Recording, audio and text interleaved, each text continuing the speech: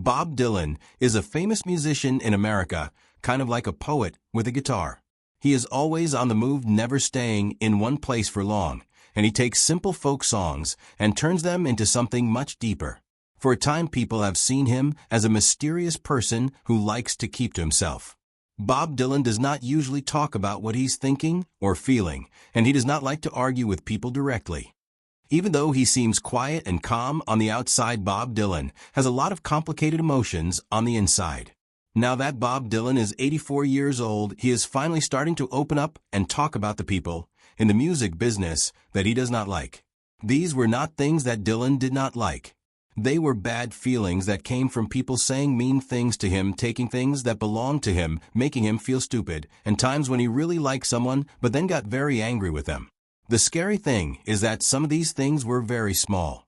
One thing that someone said, a joke that was not funny, an interview where someone did not take him seriously.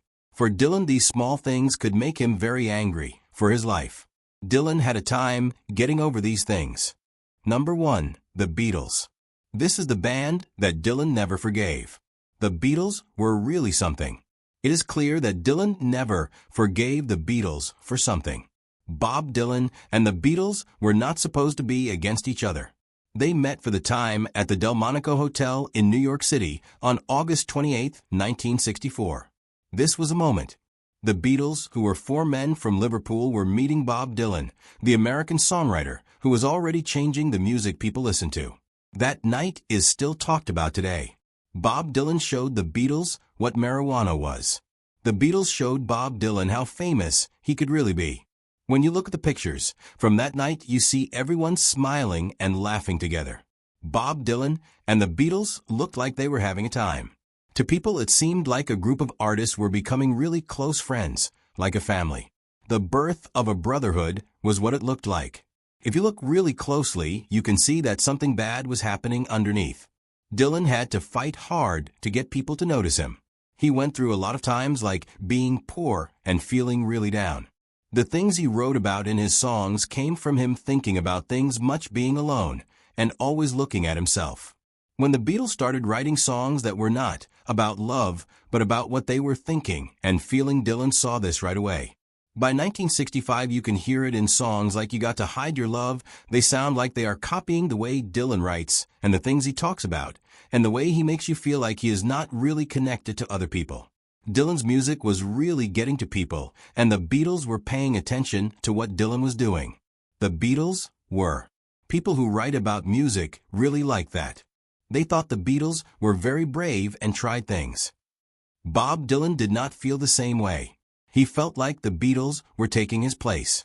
The rivalry between Bob Dylan and the Beatles was really strong by 1966. People who wrote for newspapers and magazines were always talking about Bob Dylan versus the Beatles. They made it seem like it was a fight over who was the best songwriter of their time. Bob Dylan did not like being compared to the Beatles. John Lennon did not like that. Bob Dylan did not like the comparison. So they both have stopped talking to each other. When they did talk, they were nice to each other. Deep down, they were still upset. Did Bob Dylan really hate the Beatles? Probably not completely. He never forgave them either. After many years, you can still feel the bad feelings between Bob Dylan and the Beatles. It is like an argument that never got resolved, and it is still frozen in time. Number 2, Joni Mitchell. This is the group that made him feel really bad about himself. The Joni Mitchell group did some things that were very hurtful to him. Joni Mitchell did not just say something about Bob Dylan. She really made fun of him. The problem between Joni Mitchell and Bob Dylan was not about who sold records. It started when Joni Mitchell gave an interview in 2010. In this interview, Joni Mitchell looked at the camera and said something very mean to Bob Dylan. Joni Mitchell said that Bob Dylan is not real. She said that everything about Bob Dylan is a lie. Joni Mitchell thinks that Bob Dylan is fake. That sentence really blew up in his face. Dylan had dealt with people who did not like him, writers who thought he was not good, and lots of people making fun of him. This was not the same. This was someone he respected saying that Dylan was not being true to himself. Mitchell said that the way Dylan presented himself was not real, the way he sounded was fake, and the stories about him were based on things he took from people. She was not talking about one of his songs.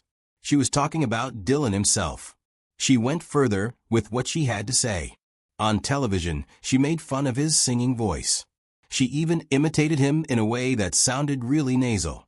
This made the people watching television laugh. For Dylan, this was not funny at all. He felt like she was making fun of him on purpose.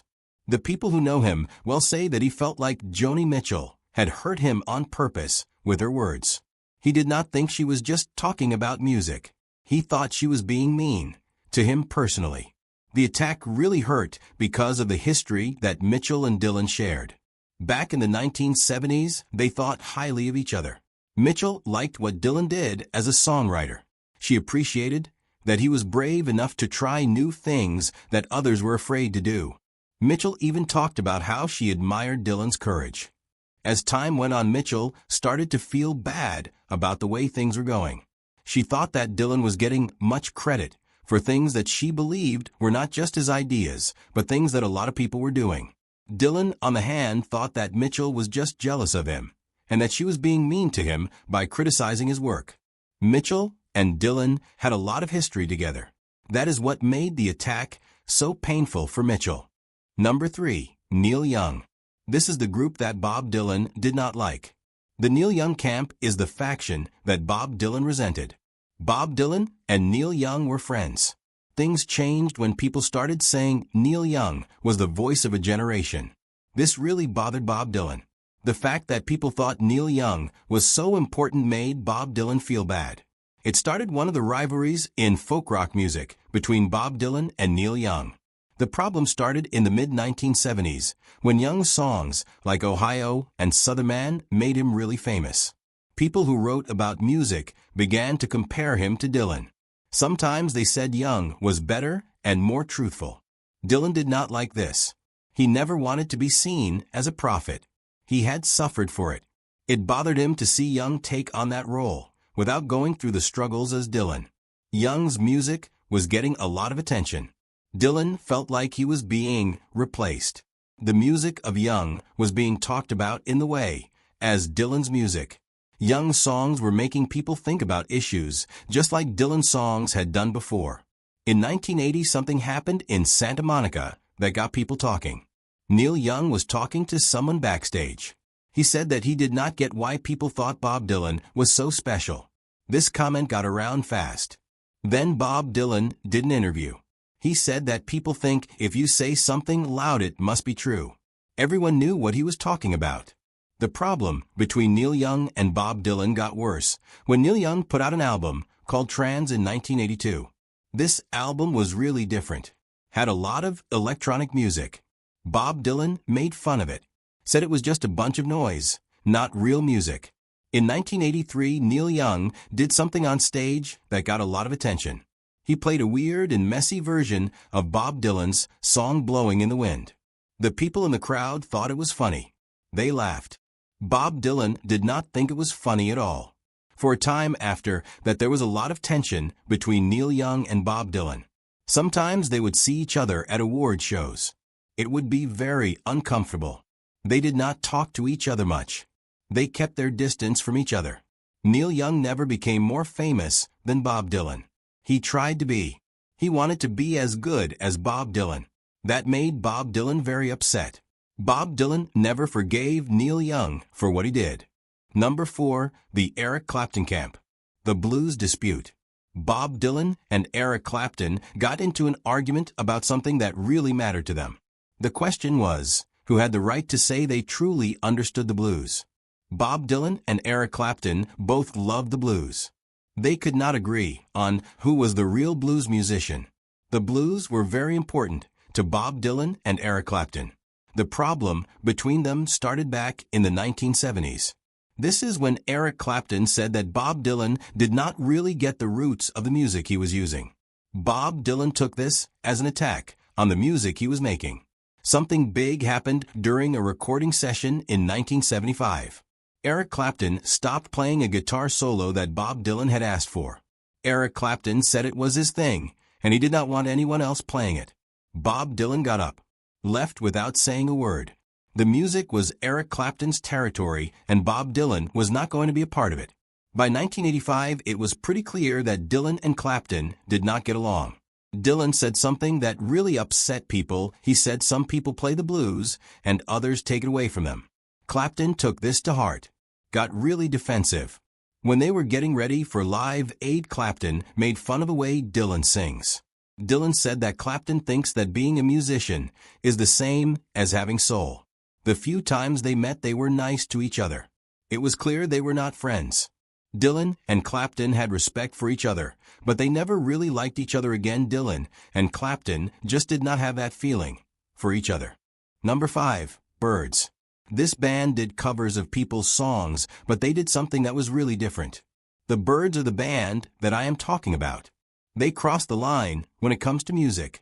The Byrds did things that other bands were not doing at that time. Bob Dylan got really upset when people changed his songs into something that was not his. When the Byrds put out their version of Mr. Tambourine Man in 1965, Bob Dylan was shocked.